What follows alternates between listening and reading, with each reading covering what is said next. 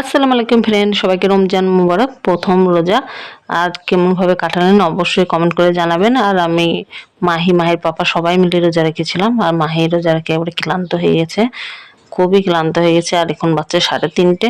প্রথমে ভাবলাম রোজাটা ভেঙে দেবো, কিন্তু তারপর দেখলাম 3:30 বেজে গেছে। এতক্ষণ যখন রোজাটা রেখে ফেলেছে মেয়েটা, তখন সব সারাদিনটাই আর ঘন্টায় বাকি আছে রাখুক।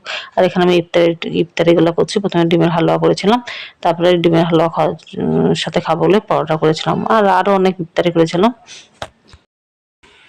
আসসালামু আলাইকুম ফ্রেন্ড, প্রথম রোজা মুবারক।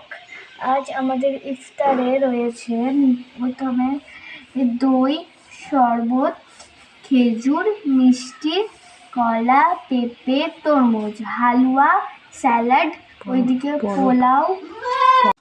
আর এখানে এসব ইফতারিগুলো করেছিলাম। আর প্রথম রোজা আল্লাহ যেটা করেছিল সেই সব ইফতারিগুলো করলাম, আর খুব ভালোভাবে দিনটা কেটে গেল।